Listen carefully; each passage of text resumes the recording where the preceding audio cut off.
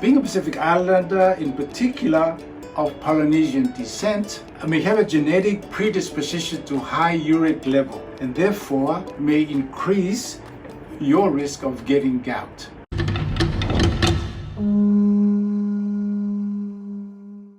Talofa lava, Pulaminaka, Malole, good day and a big welcome to our PolyHealth series, where our aim is to spread awareness and help our Pacific Island community with all things health and well-being.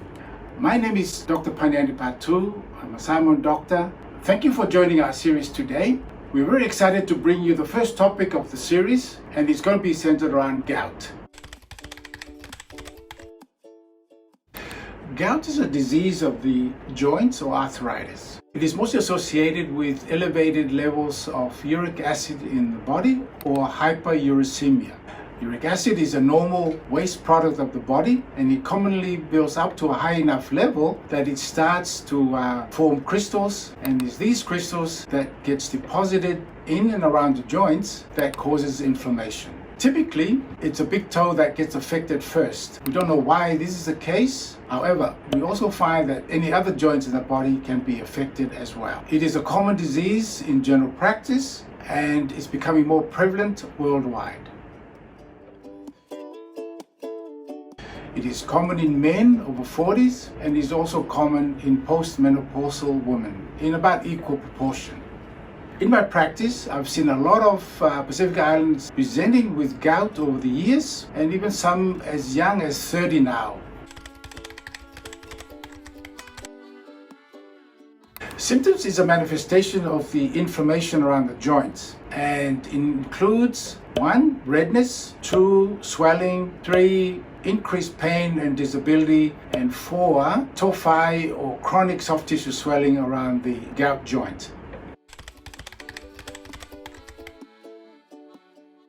There is no single identifiable cause of gout. However, there are several risk factors. 1. The association with metabolic syndrome of obesity, kidney disease, and diabetes. That elevates the risk of gout. Number 2, ingestion of high purine foods and drinks like alcohol, especially beer and spirits, eating too much red meat and seafood, as well as sugary beverages, all increase the risk of gout. Some medications, some drugs like Lasix, for instance, when used, can increase the risk of gout.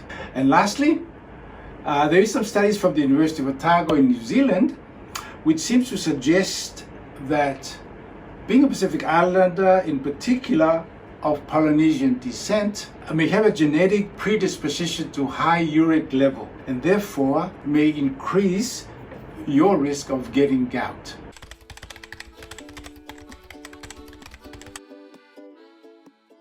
Diagnosis of gout starts with looking at the joint that is red and inflamed and swollen, especially in the big toe. But definitive diagnosis is known when a fluid sample is removed from the affected joint, sent to the pathology, and shown to have some crystals in the joint, and that's definitive. Blood tests, x-rays are helpful, but they're not definitive of gout.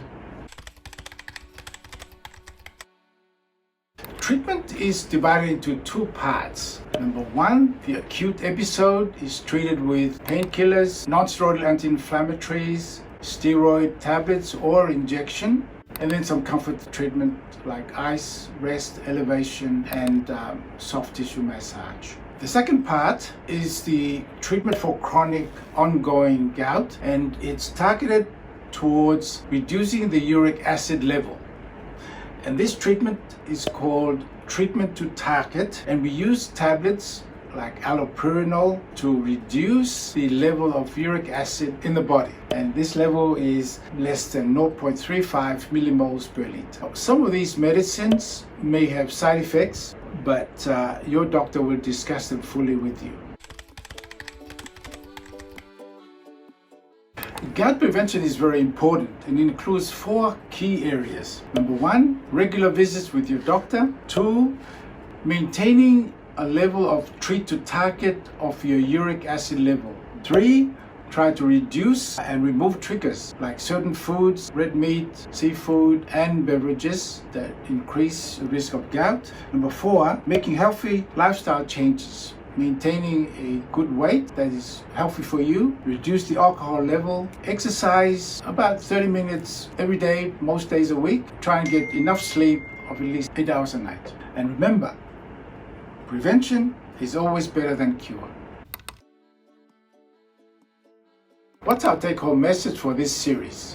One is making a healthy lifestyle choice about food we eat, moving our bodies, and healthy mental state. And 2, which is very critical, always having compliance with our medications for managing the chronic gout and keeping the uric levels down to a target level.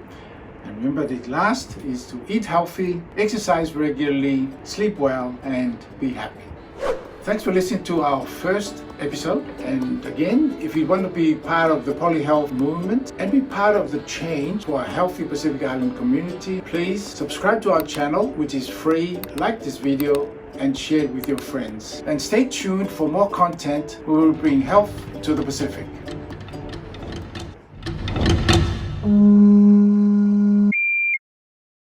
And stay tuned for more content where we're bringing health to the Pacific. And stay tuned for our next series. Stay tuned for more content with health. Okay. And stay tuned where we bring more content. Where we bring health to our Pacific Island community. No? No.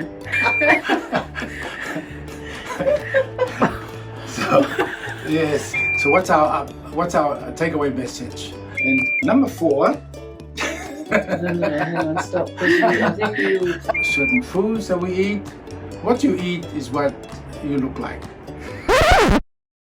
No. Yeah, that's okay. What you eat?